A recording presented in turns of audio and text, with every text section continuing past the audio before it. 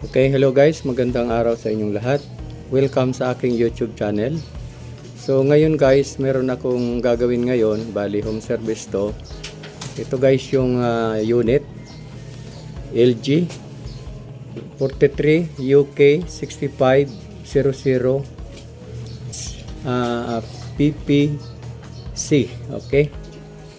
So ito guys ay smart TV. Ayan, smart TV ito. Meron siyang LAN. Okay, so ngayon guys, binuksan ko na ito at para makita ko muna yung loob.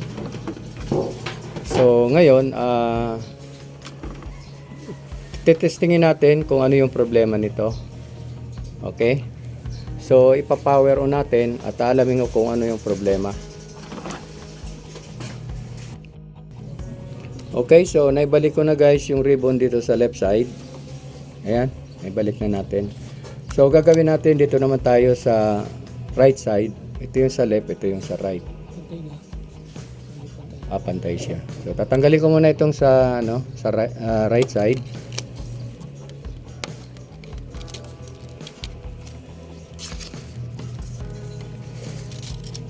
So ayan, tanggal na guys yung sa right side. Alamin natin yung display. Plug in, okay, power on. Tingnan natin kung ano yung lalabas na display. So yan, nakita natin yung problema ng dito guys. Yung sa left side is normal yung yung display niya.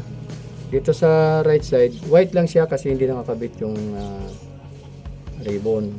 So ibig sabihin guys, pag nakakabit itong sa right side, nabablock niya yung sa left, ibig sabihin nadadamay niya. Kasi may short dito sa itong side na ito, may itong side dito ng panel ay may short, maaring may short or may clock signal na defective o nagsushort siya. Okay. So tatry ko muna guys na hanapin ko yung mga clock signal nito. Medyo natatakpan kasi ito ng ng metal sheet. Itong area guys na ito yung tinatawag na T-con dito sa areang ito. Nasa loob nito yung level shifter na nagbibigay ng clock signal papunta sa panel. So ito yung mga resistor na ito. Ito yung mga resistor na ito yung papunta sa panel. Okay? So possible na dito nanggagaling yung problema. Ito. Kasi dito sa kabila, meron din yan. Ito, nakikita nyo itong resistor na ito. Meron din siya dito sa left. Ito yung sa right. Yan. Okay? So, babalikan ko kayo guys at maglalagay muna ako ng tape. Okay? A few moments later. Yan, 1 to 8 yung tinakpan natin. Yan. Pero ang nito, yung clock signal nito ay 1 to 10. Subukan muna natin sa 8.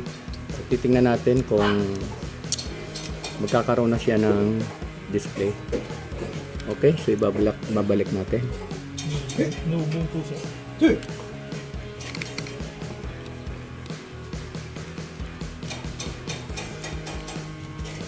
So ayan guys, ibalik na natin. Okay, so pa-power on natin. Okay, power on. Okay. So ayan guys, meron ng backlight, so power on. Check natin yung display. So ayan guys, meron na siyang display. Ayan. Wala naman siyang malinis naman, kaya lang malabo lang yung ating antena. Pero dito sa side na ito, parang meron siyang hairlines. Kung papansinin natin dito, medyo may hairlines. Kasi nandito yung problema. Saka meron na rin siyang isang guhit na horizontal. Ayan, medyo maliit lang siya. Ayan, Ganda pag nga may iwan, kahit tibig ka sa pakakita-kita kami mo. kaya so babaguhin ko guys yung linagay kong tape. Hindi masyadong makita. Gawin natin na 10 pins yung ating tatakpan. Baka sakaling mapalinaw pa natin o maalis itong mga hairlines dito sa right side. Ayan. Okay, so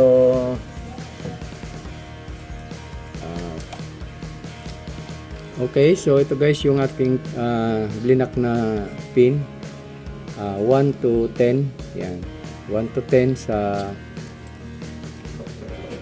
right side. Okay?